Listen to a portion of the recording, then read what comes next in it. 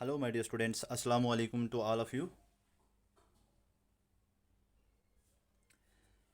I hope you all are doing well in your studies. कल और परसों मैं लेक्चर रिकॉर्ड नहीं कर सका ड्यू टू सर्टेन सर्कमस्टांसेस। तो आज हम कंटिन्यू करेंगे। मैंने आपको प्रीवियस लेक्चर में जो टॉपिक मैंने कवर किया था वो था फंक्शंस ऑफ इकोसिस्टम। उसमें सबसे पहले मैंने आपको बताया था इकोलॉजिकल सक्सेशन। उसके बाद मैंने आपको बताया था होम्योस्टैसिस और साइबरनेटिक्स के बारे में। थर्ड मैंने आपको बताया था एनर्जी फ्लो के बारे में। और एनर्जी फ्लो में ही हमने जो डिस्कस किया था वो क्या था, फूड चेन के बारे में और उसकी फूड चेन की types, grazing food chain and detritus food chain और फूड वेब। और थर्ड टॉपिक आता था उसमें इकोलॉजिकल पायरामिड। तो आज के इस लेक्चर में मैं आपके सामने इकोलॉजिकल पायरामिड को ही डिस्कस करने जा रहा हूँ। This is the very very important topic for your exams perspective. इकोलो ecological pyramid. First of all, the important thing for your exam perspective, who gave this concept? So this concept was given by Charles Elton, CHARLES, Charles Elton, ELTON। ठीक है ना, इसलिए मैं बोल रहा हूँ ताकि ये चीज़ें आपको मेरे स्पेलिंग की वजह से, मतलब मेरे लिखने की वजह से आपको कोई प्रॉब्लम ना आए। ठीक है ना, चार्ल्स एल्टन ने इन 1927। तो फर्स्ट ऑफ ऑल देखिए इकोलॉजिकल पायरामिड होता क्या है। ठीक है, तो या पिरामिड भी आप बोल सकते हैं, सॉरी फॉर प्रोनाउंसिएशन। तो अब देखिए इकोलॉजिकल पायरामिड की अगर हम बात करेंगे तो देखिए जब भी हम एक ग्राफिकल रिप्रेजेंटेशन, ठीक है ना, ग्राफिकल रिप्रेजेंटेशन, या आप ये बोल सकते हैं कि एक डायाग्रामेटिक रिप्रेजेंटेशन, ठीक है ना, diagrammatic representation of the trophic level, diagrammatic representation of trophic level, TROPIC, trophic level of different organisms. ठीक है ना, डिफरेंट ऑर्गेनिजम्स। ठीक है ना, मतलब देखिए ये ट्रॉपिक लेवल्स हैं आपके, एक दो तीन चार सपोज, या ये आप ऑर्गेनिजम्स हैं आपके, सपोज ये आपका प्रोड्यूसर्स आ गए। ठीक है ना, मतलब जिनको हम क्या बोलेंगे, ऑटोट्राफ्स। उनके ऊपर डिपेंडेंट रहने वाले हीट्रोट्राफ्स। ठीक है, फॉर एग्जांपल आपका ग्रास ऊपर आ गया, उनके ऊपर जो डिपेंडेंट रहने वाले सपोज आपके आ जाएंगे कार्निवोरस या primary consumers, secondary consumers, tertiary consumers. तो ये जो अलग अलग ऑर्गेनिजम्स है ना, उनको अगर हम एक ग्राफ की फॉर्म में या एक डायग्रामेटिक फॉर्म में अगर हम रिप्रेजेंट करेंगे, उसी को हम बोलेंगे इकोलॉजिकल पायरामिड। एक चीज क्लियर।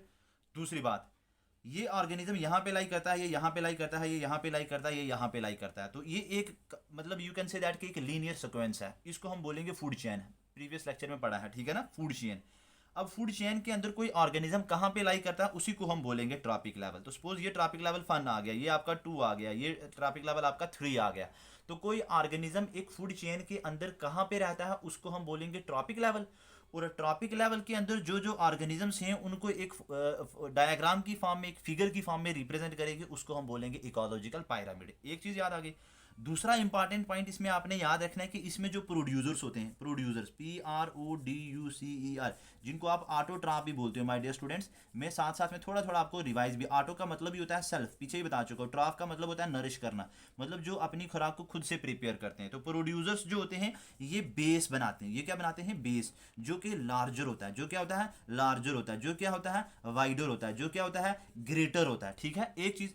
दूसरा दूसरा जो टॉप कॉर्निवोरस है, आपको क्या है, टॉप कॉर्निवोरस, टॉप कॉर्निवोरस, ये आपके अपेक्स पे होते हैं, ये आपके टिप पे होते हैं। और ये आपका नैरो होता है। क्या होता है, नैरो होता है। ये क्या होता है, आपका स्मॉलर होता है। ठीक है, ये चीज आपको याद रखनी है। टॉप कॉर्निवोरस सपोज क्या होंगे, नैरो होंगे। नैरो होगा मतलब कम नंबर ऑफ ऑर्गेनिज्म होंगे, स्मॉलर होंगे। ठीक है ना, ये चीज आपको याद रखनी है। उसके बाद अब यहाँ पे देखिए मैंने प्रोड्यूसर्स कहा तो कि वो बेस बनाते हैं। अब ये जो एक डायग्रामेटिक फॉर्म मैंने बनाई है, इसमें ये मैंने हॉरिजेंटल लाइंस ड्रा की हैं। तो हर एक हॉरिजेंटल लाइन और यहाँ पे ये हॉरिजेंटल लाइन है, इनके बीच में जो बक्स आपको दिख रहा है ये एक ट्रॉपिक लेवल है। इसके और इसके बीच में आपको जो दूसरा दिख रहा है ये दूसरा, सपोज ये तीसरा, और ये ट्रॉपिक लेवल फोर्थ। तो आपने देखा कि as you are moving from down to upward, from bottom to upward, from autotrophs to the top carnivorous, from producers to the top carnivorous, the size of the figure gets reduce. with the help of this diagram you can assume that कि जो number of organisms at the producer level will be more as compared to the number of organisms at the top level। यहाँ पे organisms कम होंगे, यहाँ पे organisms ज़्यादा होंगे। तो it means you can say that कि एक ट्रॉपिक लेवल जो होता है वो हमें ये बताता है कि उसमें नंबर ऑफ ऑर्गेनिजम्स कितने हैं, उसका बायोमास क्या है, उसमें एनर्जी कितनी है, ये 3 चीजें हमें बताता है। तो means you can say that कि ये जो आपका इकोलॉजिकल पायरामिड है ना, ये इकोलॉजिकल पायरामिड आपको किस चीज के बारे में बताता है। इसमें हम टोटल नंबर ऑफ इंडिविजुअल को काउंट करते हैं, या बायोमास को कैलकुलेट करते हैं, या फिर एनर्जी को देखते हैं, ठीक है ना, या फिर हम किसको करते हैं कि एनर्जी को देखते हैं। ये चीज मतलब ये 3 चीजें आपके लिए इंपॉर्टेंट है, ठीक है ना, कि ये जो इकोलॉजिकल पायरामिड है ये किसको रिप्रेजेंट करता है। ये रिप्रेजेंट REPRESENT रिप्रेजेंट करता है किसको, the total number of individual, total number of individuals, total number of individuals को। या आप ये रिप्रेजेंट करता है किसको, बायोमास को, या ये रिप्रेजेंट करता है एनर्जी को। ये 3 चीजें आपके लिए इंपॉर्टेंट है। कभी एग्जामिनर ऐसा ही पूछ सकता है कि the ecological pyramid represent only the total number of an individual as well as the energy, ठीक है ना। तो बायोमास नहीं लिखा होगा तो इट मीन्स वो चीज़ गलत हो जाएगी। तो ये 3 चीज़ों के साथ आपका जो इकोलॉजिकल पायरामिड है वो डील करता है। दूसरी बात ऑलरेडी मैंने यहाँ पे लिख दी है कि बेस जो है वो प्रोड्यूसर बेस बनाता है और टॉप कॉर्निवोरस एपेक्स बनाता है। अब ये जो इकोलॉजिकल पायरामिड जो होते हैं ये 3 कैटेगरी के होते हैं। कितने कैटेगरी के होते हैं, 3 कैटेगरी के होते हैं। एक फर्स्ट वन आ जाएगा आपका pyramids, PYRAMID, pyramid of number. क्या होता है, पायरामिड ऑफ नंबर। दूसरा होता है आपका pyramid of biomass, biomass. Third होता है आपका pyramid PYRAMID, pyramid of energy, ठीक है ना। मैंने बोल दिया अगर आप में से कोई पिरामिड भी पढ़ता होगा तो आप पढ़ सकते हैं, ठीक है।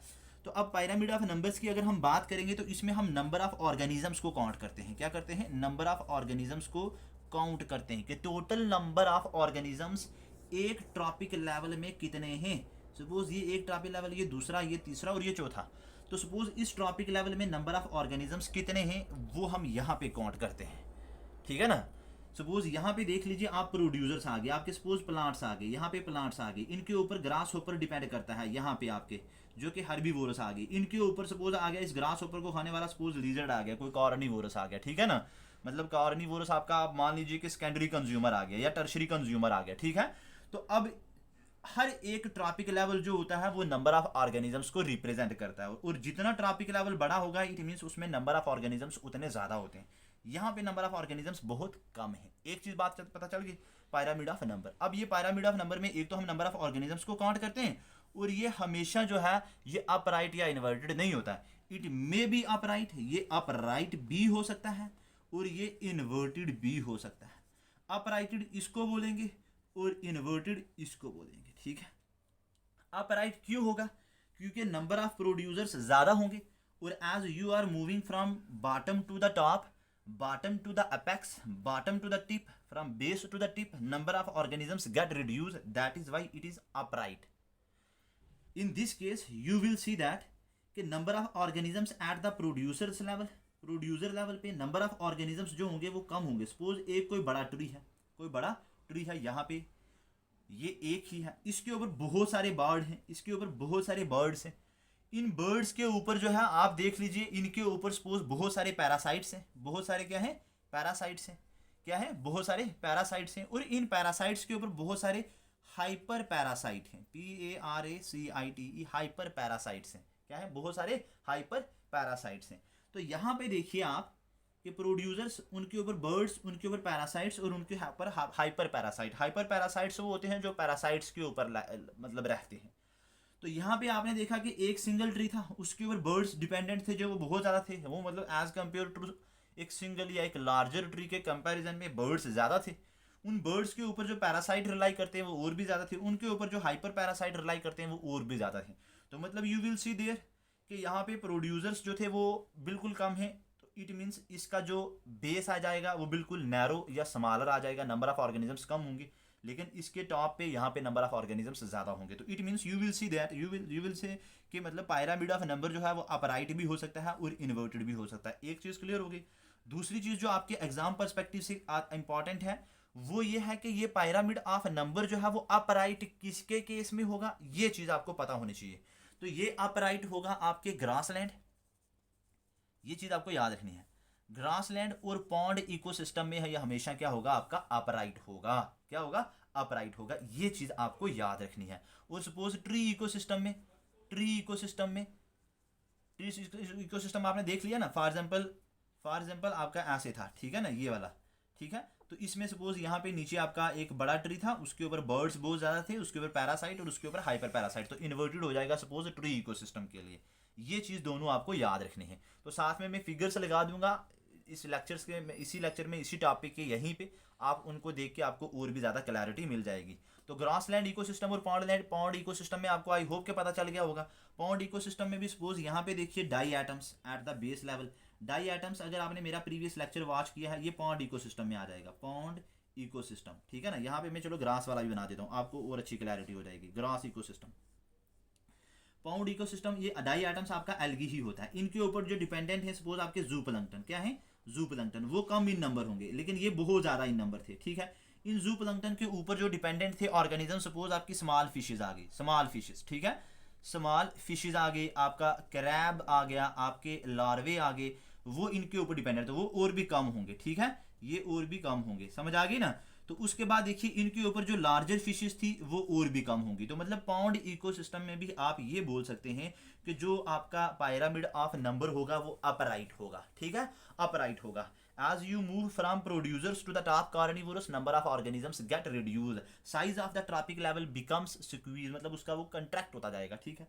लेकिन in the case of grassland ecosystem, आप ये देखिए यहाँ पे प्रोड्यूसर्स सपोज आपके प्लांट्स थे, ठीक है ना, प्लांट्स बहुत ज़्यादा होंगे, यहाँ पे प्लांट्स बहुत ज़्यादा होंगे। इन प्लांट्स के ऊपर सपोज जो आपके हर्बीवोरस होंगे वो कम होंगे। हर्बीवोरस सपोज आप मान लीजिए उसको, ग्रास हॉपर को मान लीजिए, उसके ऊपर सपोज देखिए आपका रैट है सपोज, तो वो रैट और भी कम होगा। उसके ऊपर अगर मैं मान लूँ यहाँ पे आप रैट के ऊपर मान लीजिए कि जी स्नेक है आपका, तो वो स्नेक और भी कम होंगे। उसके ऊपर आप मान लीजिए जी ईगल है, तो वो और भी कम होगा। तो as you are moving from producer to the top carnivorous level, you can say that the size of the trophic level gets reduce, size जो होगा ट्रॉपिक लेवल का वो रिड्यूस होता जाएगा, कम होता जाएगा, और नंबर ऑफ ऑर्गेनिजम्स उनमें कम होते जाएंगे। तो यू विल सी दैट कि आपने यहाँ पे क्या देखा, अच्छा, कि ग्रासलैंड इकोसिस्टम में भी ये अपराइट होगा, और पॉन्डलैंड इकोसिस्टम में भी ये क्या होगा, पॉन्ड इकोसिस्टम में भी क्या होगा, ये अपराइट होगा, ठीक है।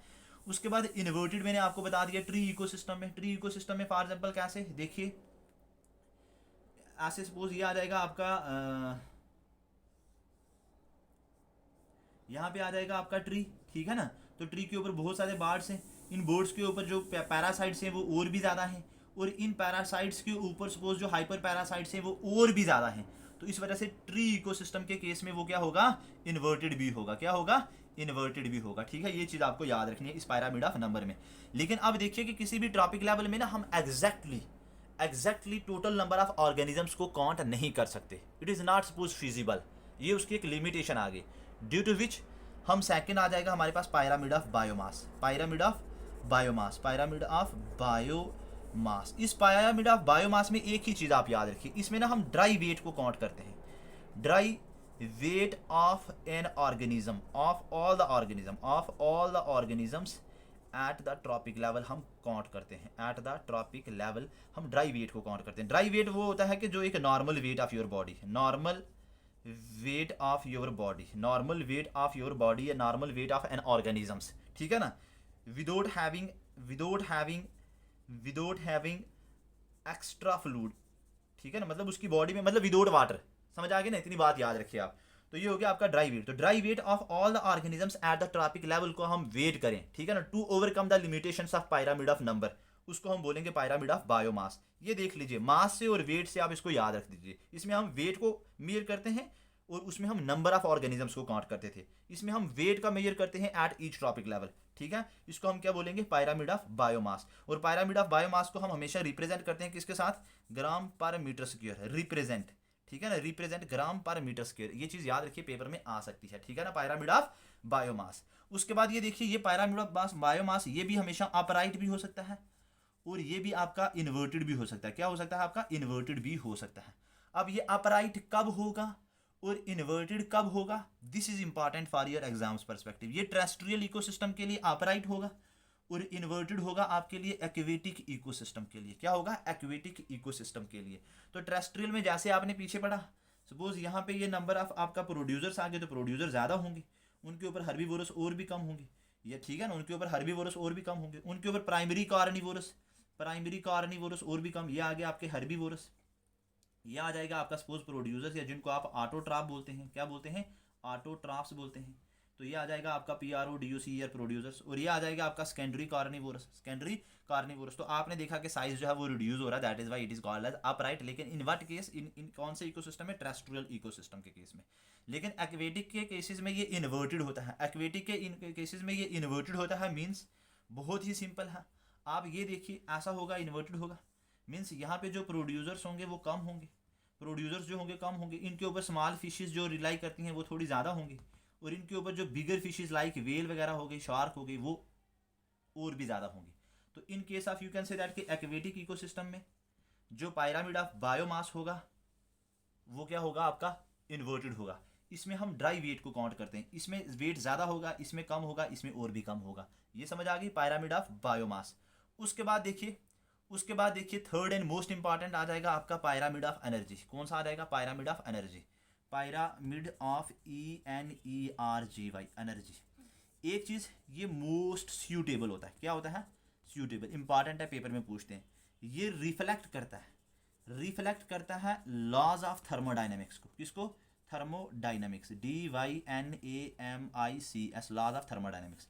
वैसे लॉ ऑफ थर्मोडाइनमिक्स होते क्या हैं, वो कहते हैं कि energy can neither be created nor be destroyed, but it can be converted from one form to another. First law उसका ये कहता है क्या, कि एनर्जी ना ही क्रिएट होती है, ठीक है ना, neither created nor destroyed, but converted, क्या होती है, कन्वर्टेड होती है from one form to another, ठीक है। इसी की दूसरी स्टेटमेंट ये कहता है कि अगर एनर्जी किसी एक फॉर्म से डिसअपीयर हो जाए, क्या हो जाए, डिसअपीयर हो जाए, तो उतना ही इक्वल अमाउंट ऑफ एनर्जी, क्या, इक्वल अमाउंट ऑफ एनर्जी जो होती है वो अपीयर हो जाती है, ठीक है, वो अपीयर हो जाती है किसी अदर फॉर्म में, किसी अदर फॉर्म में एनर्जी अपीयर भी हो जाती है, दोबारा से प्रोड्यूस हो जाती है। थर्ड स्टेटमेंट इसी लॉ की क्या कहती है, कि इट मीन्स जो टोटल एनर्जी होती है, क्या, टोटल एनर्जी जो होती है यूनिवर्स की, क्या, यूनिवर्स की, वो कांस्टेंट रहती है, वो क्या कहती है, कांस्टेंट। ये law of thermodynamics first law कहता है, ठीक है ना। तो आप इतना चलो याद रखिए, ये स्टेटमेंट भी आपके लिए जरूरी नहीं है इतनी, लेकिन जब हम साइंस एंड टेक पढ़ेंगे वहाँ पे आपको ये चीज़ जरूरी है आपके लिए, ठीक है। तो एक तो ये मोस्ट स्यूटेबल है, दूसरा ये रिफ्लेक्ट करता है लॉ ऑफ थर्मोडायनामिक्स को, थर्ड ये हमेशा ऑलवेज ऑलवेज ऑलवेज अपराइट होता है, क्या होता है ये, ऑलवेज अपराइट। देखिए नंबर वाला अपराइट भी था, इन्वर्टेड भी था, बायोमास वाला अपराइट भी था, इन्वर्टेड भी था, लेकिन एनर्जी वाला ओनली अपराइट है, ओनली अपराइट है। ये चीज़ आपको याद रखनी है, एग्जामिनर यहीं पे आपके लिए ट्रैप बनाएगा, मैं बता भी रहा हूँ। और जब कभी पेपर आपने मेरे लेक्चर्स को वॉच करने के बाद दिया ना, तो आपकी सिलेक्शन नहीं हुई तो मुझे बोलना। और दूसरी बात ये है कि इन चीज़ों को रिवाइज भी करते रहना, ठीक है। तो ऑलवेज अपराइट। और दूसरी बात ये है कि मैं आपको जो बता रहा था कि जो चीज़ें मैं बोल रहा हूँ कि ये पेपर में आनी है, उस चीज़ को रेड पेन के साथ, हाईलाइटर के साथ हाईलाइट कर दें, ताकि जब आपका पेपर से पहले उन चीज़ों को एटलीस्ट आप देख लें। तो ये हमेशा क्या होता है, ऑलवेज अपराइट होता है। ये क्यों होता है अब always upright, most suitable, laws of thermodynamics को रिफ्लेक्ट करता है, ऑलवेज अपराइट होता है। अब इसमें एक देखिए, मैं आपको एक एग्जांपल देता हूँ। इसमें जो मतलब लार्ज एनर्जी बेस होता है एट द बॉटम, आप ये भी बोल सकते हैं, ठीक है ना, large energy base at the bottom, मतलब क्यों ये अपराइट होता है, upright because large energy base at the bottom, ऐसा। सपोज ये एक टॉपिक लेवल में बना रहा हूं, ठीक है, ठीक है। तो अब सपोज मैंने ये आपके पास क्या बना लिया, एक टॉपिक लेवल बना दिया है। अब इसमें देखिए कि यहां पे सपोज आपका सन आ गया, क्या आ गया आपका सन, मैं थोड़ा इसको, ये सपोज आ गया आपका सन। अब सन से आपको पता है ना कि सन से जो डायरेक्टली ऑटोट्रॉप्स होते हैं वो एनर्जी को रिसीव करते हैं, क्या करते हैं, एनर्जी को रिसीव करते हैं, ऑटोट्रॉप्स, यहाँ पे ऑटो TROPHS। सपोज मान लीजिए इन्होंने 1000 किलो कैलोरी एनर्जी रिसीव की है, किलो कैलोरी एनर्जी रिसीव की है सन से डायरेक्टली, और अब उस एनर्जी का किया क्या है, फूड प्रिपेयर की है ना, फूड प्रिपेयर की है। अब उसमें से सपोज इन्होंने सिर्फ 100 किलो कैलोरी एनर्जी ही जो है वही सेव कर पाए हैं, ठीक है ना, as an energy rich material. Rest of the energy gets used, या वेस्ट हो गई in the form of heat या किसी अदर फॉर्म ऑफ एनर्जी में वेस्ट हो गई। तो ओनली 100 किलो कैलोरी एनर्जी जो थी वो सेव ये कर पाए। अब इनके ऊपर जो डिपेंडेंट है कौन से हैं, हर्बीवोरस, कौन से हैं, हर्बीवोरस। आपका सपोज ग्रास होपर आ गया, ठीक है ना, तो जो इनके ऊपर डिपेंडेंट है, अब उसको तो वही 100 किलो कैलोरी एनर्जी ही मिली ना जो इसने सेव की थी, इसको वही 100 मिली। अब जब इसको वही 100 मिली तो इसने क्या करना है कि इसने भी तो अपने मेटाबॉलिक एक्टिविटीज़ को परफॉर्म करना है ना, लाइक रेस्पायरेशन करना है, डाइजेशन करना है, उसके बाद एक्सक्रीशन करना है, रिप्रोडक्शन होनी है, बहुत सारी एक्टिविटीज़ तो होनी है ना इसकी बॉडी के अंदर भी। तो इट मीन्स ये भी उसमें से कुछ अमाउंट ऑफ एनर्जी तो यूज़ कर लेगा। उसके बाद सेकंड क्या होगा कि कुछ अमाउंट ऑफ एनर्जी वेस्ट भी हो जाएगा, और ओनली इसमें से 10% एनर्जी मतलब 10 kilo calorie, 10 kilo calorie energy जो होगी वो यहाँ पे जाएगी किसके पास, सपोज आपका कॉर्निवोरस आ जाएगा, प्राइमरी कॉर्निवोरस, कहाँ पे, प्राइमरी कॉर्निवोरस, इसके पास 10 किलो कैलोरी एनर्जी, ठीक है ना। यहाँ पे सपोज ये आ जाएगा आपका 10 किलो कैलोरी, ये 100 था, ठीक है। इसके पास कितने पहुंचे, 10 पहुंचे। अब उसके बाद इसके ऊपर जो जो सेकेंडरी कार्निवोरस थे, इसने भी वही क्या किया, इसने भी क्या किया कि अपनी मेटाबॉलिक एक्टिविटीज़ को परफॉर्म किया, इसको भी कुछ एनर्जी अमाउंट जो था वो वेस्ट हो गया, कुछ ही अमाउंट उसमें से सेव हो पाया, that is 1 calorie, 1 kilo calorie. अब यहाँ पे आ जाएगा आपका सपोज टॉप कार्निवोरस में लाइन, उसको इतना अमाउंट ऑफ एनर्जी इस 1000 में से मिला, ठीक है ना, इस 1000 में से उसको सिर्फ इतने अमाउंट ऑफ कैलोरी जो है, किलो कैलोरी एनर्जी जो हो रही है वो रिसीव हो रही है। दैट इज़ वाई इसके ऊपर कोई ट्रॉपिक लेवल एग्जिस्ट करता ही नहीं है, क्योंकि एनर्जी इज नॉट सफिशिएंट कि जिसके बेसिस पे वो कोई उसके ऊपर कोई ट्रॉपिक लेवल लाइन के ऊपर भी कोई आएगा, ठीक है ना। Energy amount of energy get reduced from the producer from the autotrophic level to the top carnivorous level, that is why the pyramid of energy is always upright. इतनी बात समझ आ गई ना आपको कि ये एनर्जी जो होगी, मैंने आपको बता दिया, सपोज यहाँ पे 1000 किलो कैलोरी था, एक बार दोबारा से बता देता हूँ, इसने कुछ एनर्जी जो थी मतलब वेस्ट हो गई, कुछ फूड फोटोसिंथेसिस के प्रोसेस में या अपने ट्रांसपायरेशन के केसेस में इसने सिर्फ ओनली 100 किलो कैलोरी ही एनर्जी को सेव किया। अब जो हर्बीवोरस इनके ऊपर रिलाई करते थे उनको सिर्फ यही अमाउंट मिला।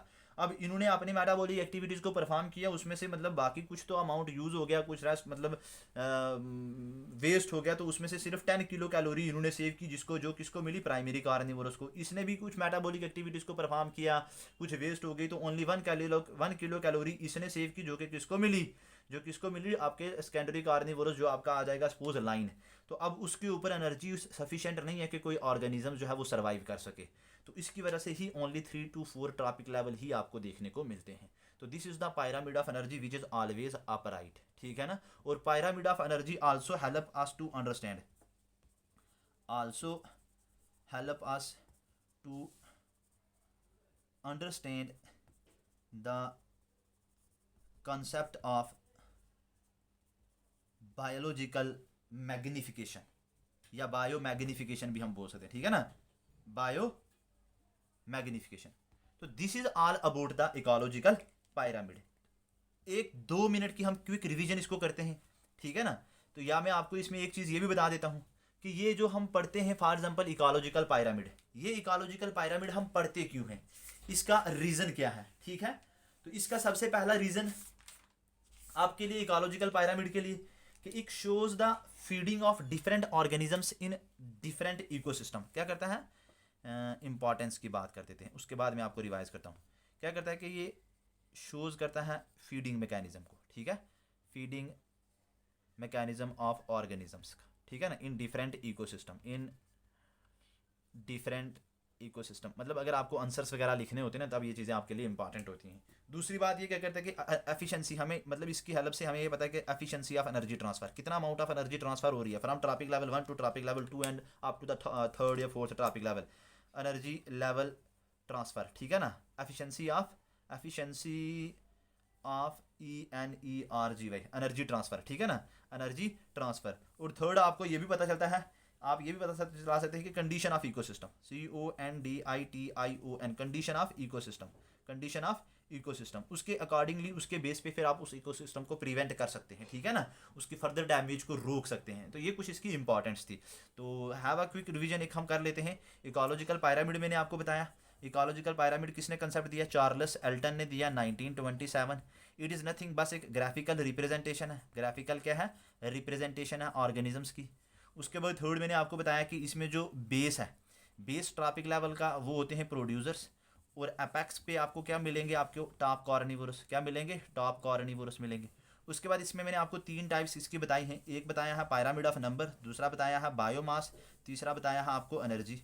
इसमें हम नंबर ऑफ ऑर्गेनिजम्स को काउंट करते हैं, क्या करते हैं, नंबर ऑफ ऑर्गेनिजम्स को काउंट करते हैं। इसमें हम ड्राई वेट को मेजर करते हैं, ड्राई वेट को क्या करते हैं, मेजर करते हैं। और इसमें हम क्या देखते हैं कि एनर्जी देखते हैं, एनर्जी ट्रांसफर देखते हैं, क्या करते हैं, एनर्जी ट्रांसफर देखते हैं कि एक ट्रॉपिक लेवल से दूसरे में कितनी एनर्जी ट्रांसफर हुई है। ये हमेशा अपराइट भी हो, ये हमें अपराइट भी हो सकता है और इन्वर्टेड भी हो सकता है, ये भी अपराइट भी हो सकता है, इन्वर्टेड भी हो सकता है, ये हमेशा अपराइट होगा। ये मैंने आपको बता दिया अपराइट कहाँ पे होगा, ग्रासलैंड इकोसिस्टम में और पॉन्ड इकोसिस्टम में, और इन्वर्टेड होगा ट्री इकोसिस्टम में। देखिए फॉरेस्ट इकोसिस्टम में जो इकोलॉजिकल पायरामिड होता है ना, फॉरेस्ट इकोसिस्टम में, वो ये भी याद रखिए, कहीं पेपर में भी आया हुआ था, ये होता है स्पिंडल शेप। अगर कहीं ऐसी कोई टर्म आ जाएगा ना तो फॉरेस्ट इकोसिस्टम का आप याद रखिए, SHAPED, spindle shaped. For example ऐसा आप बोल सकते हैं, ऐसा सपोज यहाँ पे आपने देखा एक ट्री था, उसके ऊपर यहाँ पे बर्ड्स बहुत सारे हैं, छोटे बर्ड्स आपके मतलब बहुत सारे आ गए यहाँ पे, उसके ऊपर यहाँ पे सपोज ईगल आ गए, तो ईगल एक ही होगी जो इन बर्ड्स को खा रही है, तो सपोज इस तरीके से उसका होगा, ठीक है ना, स्पिंडल शेप, या सम टाइम ऐसा भी बना होता है वो, ठीक है ना। तो ये फॉरेस्ट इकोसिस्टम के लिए आप स्पिंडल शेप याद रखेंगे, ठीक है। या इसको आप पार्शियल भी बोल सकते हैं, पार्शियली कन्वर्टेड और पार्शियली इन्वर्टेड और पार्शियली अपराइट, ठीक है। तो अब उसके बाद बायोमास ड्राई वेट हम करते हैं, अपराइट भी होता है और साथ में क्या होता है, इन्वर्टेड भी होता है। और एनर्जी ट्रांसफर के लिए हमने देख लिया आपको ऑलवेज क्या होता है, अपराइट। तो this is all about the ecological pyramid. Next topic है हमारा pollutant and the trophic level. Pollutant POLLU, pollutant and trophic level. तो अभी इस लेक्चर में ऑलरेडी मैं डिस्कस कर चुका हूँ ट्रॉपिक लेवल, ये फूड चेन है, तो जहाँ जहाँ पे ऑर्गेनिजम्स प्रेजेंट होते हैं उसको हम एक ट्रॉपिक लेवल बोलते हैं, मतलब where the organisms present in a food chain that is your trophic level, और उनके बीच में जो इंट्रैक्शन होती है on the basis of their food that is called as trophic level interaction. तो पोल्यूटेंट जो होते हैं जो इन्वायरमेंट को पोल्यूट करते हैं, ठीक है ना, जो गंदा करते हैं, उसको हम क्या बोलेंगे, पोल्यूटेंट। पोल्यूटेंट दो तरह के होते हैं, एक होते हैं बायोडिग्रेडेबल, यहाँ पे जो हम पढ़ने जा रहे हैं बायोडिग्रेडेबल, और दूसरा होता है आपका नॉन बायोडिग्रेडेबल। ये नहीं यहाँ पे पढ़ेंगे, यहाँ पे हम ये डिस्कस करने जा रहे हैं। इसके रिलेटेड पे दो इंपॉर्टेंट टर्म्स हैं जो पेपर में मोस्ट ऑफ द टाइम आप देखेंगे, छोटे से छोटा एग्जाम है या बड़ा एग्जाम है उसमें वो पूछी गई है, इसलिए मैं यहाँ पे इसको डिस्कस करूंगा, ठीक है। बायोडिग्रेडेबल वैसे कौन से पोल्यूटेंट होते हैं जो मेटाबोलाइज हो जाएं with the passage of time, जो डिकम्पोज हो जाएं नेचर में, मतलब जो क्या हो जाए कि मतलब मेटाबोलाइज हो जाए बाई इट सेल्फ, उसको हम बोलेंगे बायोडिग्रेडेबल या डिकम्पोज हो जाएं। और नॉन बायोडिग्रेडेबल वो होते हैं जो डिकम्पोज नहीं होते और जो मतलब इन्वायरमेंट में या लैंड पे या वाटर में एक लॉन्ग लॉन्ग टर्म के लिए रहते हैं, उन्हें हम बोलेंगे नॉन बायोडिग्रेडेबल, ठीक है ना। यू कैन से दैट कि which can not be decomposed, ठीक है, decomposed by the living organisms, जिनको लिविंग ऑर्गेनिजम्स पोस्ट डिस्कम्पोज, और ये जो डिकम्पोज हो जाए फॉर एग्जांपल बैक्टीरिया फंजाई की वजह से, तो उसको हम क्या बोलेंगे, बायोडिग्रेडेबल। यहाँ पे ये बात आपको पता चल गई। फॉर एग्जांपल देखिए आपका, फॉर एग्जांपल आप देखिए आपका DDT है, फॉर एग्जांपल आपका लेड है, फॉर एग्जांपल आपका देखिए मरकरी है, ठीक है ना। तो फॉर एग्जांपल उसके अलावा आप ले लीजिए क्लोरीनेटेड हाइड्रोकार्बन, ठीक है ना, क्लोरीनेटेड हाइड्रोकार्बन। ये आपके आगे कौन कौन से non biodegradable pollutant which can not be decomposed by the living organisms, ये बात याद रखिए। उसके बाद DDT क्या होता है, DDT होता है डाइक्लोरो, एक इंपॉर्टेंट है फॉर मतलब स्टेट लेवल एग्जाम, कभी फुल फॉर्म भी पूछ सकते हैं, CHLORO, dichloro diphenyl, PHENYL phenyl, trichloro CHLORO, trichloro ETHANE ethane. D से है आपका डाइक्लोरो, मतलब दो क्लोरीन के मालिक्यूल, क्लोरीन होता है Cl2, ठीक है ना, तो डाइक्लोरो मतलब दो क्लोरीन हो गए। उसके बाद डाइफिनाइल, दो फिनाइल्स की रिंग होंगी, ठीक है ना, मतलब 5 मेंबर्ड रिंग होगी। उसके ऐसे मतलब ये वाली रिंग होगी, सपोज 5 मेंबर्ड नहीं, ये वाली फिनाइल की रिंग होगी, मतलब इसमें ये होता है C6 और H6 बेंजीन, तो C6 और H5 अगर हो तो उसको बोलेंगे फिनाइल, ठीक है। उसके बाद आ गया ट्राइक्लोरो, उसके बाद आ जाएगा इथेन, इथेन का फार्मूला होता है C2 और H6, ठीक है ना, C2 और H6। इथ बोलते हैं 2 को, इथ बोलते हैं किसको, 2 को, लेकिन चलो ये चीज़ें अभी आपको आगे हम साइंस में ही पढ़ाएंगे। ये फुल फॉर्म याद रखिएगा, dichloro diphenyl trichloro ethane, trichloro ethane. तो उसके बाद यहाँ पे मैं जो आपको बताने जा रहा हूँ कि नॉन बायोडिग्रेडेबल जो डिकम्पोज नहीं होती उन्हें हम बोलेंगे नॉन बायोडिग्रेडेबल। उसको मैंने आपको बताया कि DDT, लेड, इनके बेसिस पे दो मोस्ट इंपॉर्टेंट टर्म्स हैं, एक है बायो एक्यूमुलेशन, कौन सा, एक है बायो ACCUMULATION, बायो एक्यूमुलेशन, और दूसरा है आपका bio magnification, MAGNIFICATION, bio magnification. Bio accumulation का मतलब होता है कि how the pollutant इंटर्स into the food chain. Suppose ये आपकी फूड चेन, यहाँ पे प्रोड्यूसर मैंने आपको बताया था पिछले लेक्चर्स में हमने पढ़ा है। सपोज ये आ जाएगा आपका, सपोज प्रोड्यूसर्स, सपोज आपका आ जाएगा ऑटोट्राफ, इसके ऊपर है आपका ग्रास ऊपर, इसके ऊपर है आपका लिजर्ड, इसका ऊपर है आपका सपोज ईगल, ठीक है, जस्ट मान लेते हैं। तो ये आपका आ जाएगा सपोज पूरा इन्वायरमेंट है जी। तो अब इस इन्वायरमेंट में से इस प्रोड्यूसर में, इस फूड चेन में पोल्यूटेंट कैसे इंटर हो रहा है, कैसे इंटर हो रहा है। सपोज आपका डीडीटी ही मान लीजिए।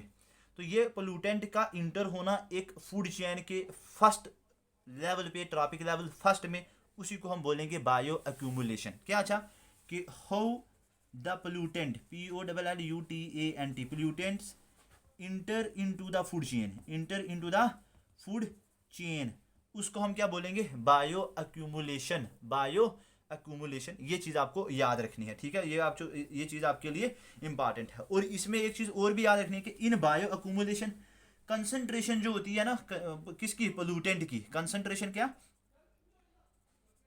कंसंट्रेशन जो होती है किसकी, पोल्यूटेंट की, POLLUTANT, पोल्यूटेंट की इंक्रीज होती है फ्रॉम फ्रॉम इन्वायरमेंट टू, वो जो फर्स्ट लेवल होगा, इन्वायरमेंट टू आपका first organisms in a food chain, first organism in a food chain. मतलब सपोज ये आपका इन्वायरमेंट था, मैंने बोल दिया। सपोज यहाँ से ये जब इसमें जाएगा ना, तो यहाँ पे इसकी कंसंट्रेशन सपोज उसकी कम थी, लेकिन यहाँ पे कंसंट्रेशन मतलब यहाँ पे वो ज़्यादा बढ़ जाएगा, ठीक है ना। तो इसको हम बोलेंगे बायो एक्यूमुलेशन। लेकिन जैसे जैसे ये हायर लेवल में जाता जाएगा ना, यहाँ से आगे, उसको हम बोलेंगे बायो मैग्निफिकेशन।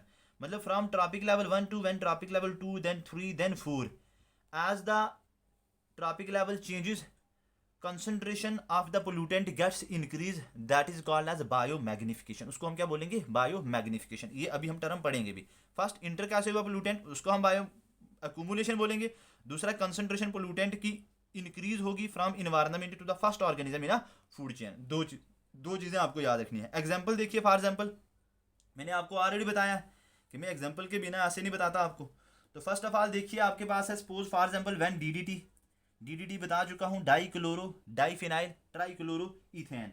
तो when DDT inter in an aquatic bodies में, ठीक है ना, एक्वेटिक मतलब वाटर बॉडीज में या ऑर्गेनिजम्स में, एक्वेटिक ऑर्गेनिजम्स में या एक्वेटिक बॉडीज में, तो इट गेट्स बिल्ड अप, ठीक है ना, it gets BUILD, build up in the body of fishes, ठीक है ना, या अदर एक्वेटिक ऑर्गेनिजम्स के अंदर।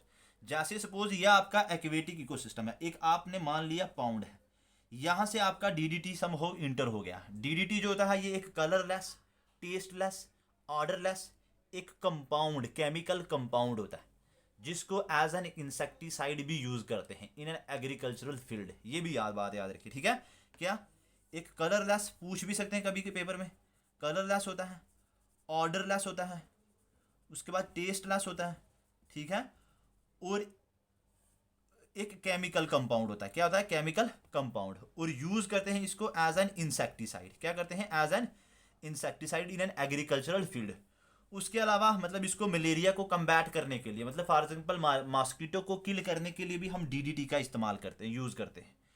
तो अब समहाउ अगर ये डीडीटी इस पाउंड में इंटर हो गया, तो यहाँ पे आपकी अगर फिशेज हैं, क्या है आपकी फिशेज हैं, तो यहाँ से ये डीडीटी इस फिशेज में इंटर हो जाएगा, ठीक है ना, इन फिशेज में इंटर हो जाएगा। उसको हम बोलेंगे बायो एक्यूमुलेशन।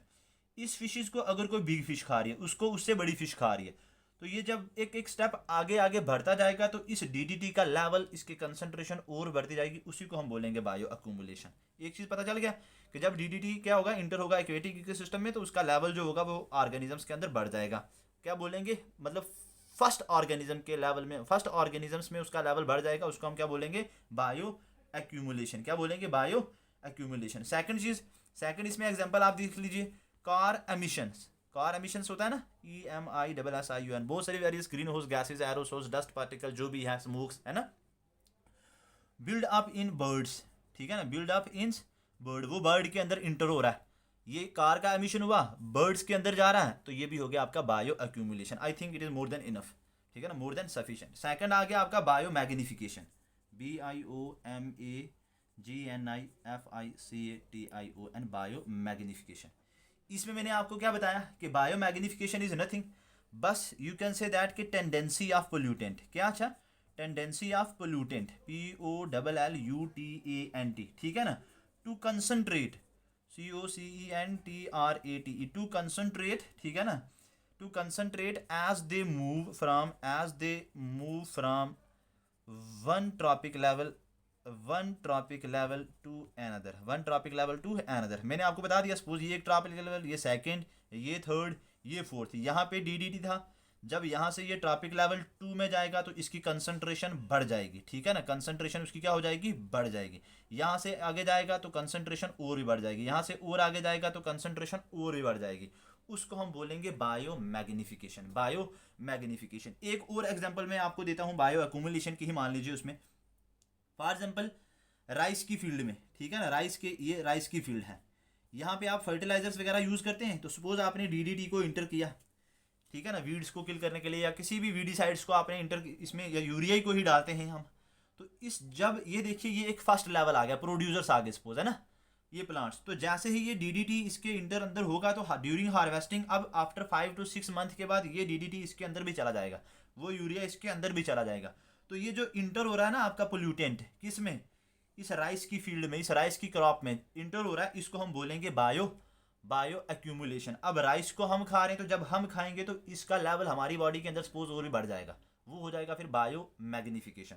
तो ये जो चीज़ मैंने अभी आपको बताया ना कि tendency of the pollutant to concentrate as they move from one trophic level to another, जैसे जैसे ये एक ट्रॉपिक लेवल से दूसरे ट्रॉपिक लेवल में जाएगा कंसंट्रेशन बढ़ते जाएगी, that is called as bio magnification. लेकिन कुछ कंडीशंस जहाँ पे एग्जामिनर आपको फंसा सकता है, ठीक है ना। बायो मैग्निफिकेशन में आपको याद रखना है कि इस बायो मैग्निफिकेशन को अक्कर होने के लिए कुछ इंपॉर्टेंट पॉइंट्स हैं।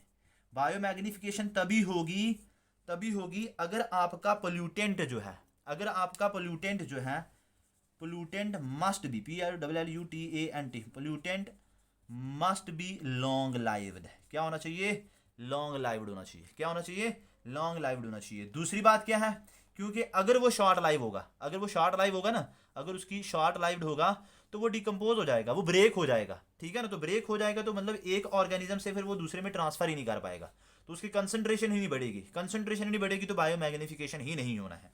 तो इट मीन्स पोल्यूटेंट का लॉन्ग लाइव्ड होना जरूरी है, तभी वो एक ट्रॉपिक लेवल से दूसरे में जा पाएगा।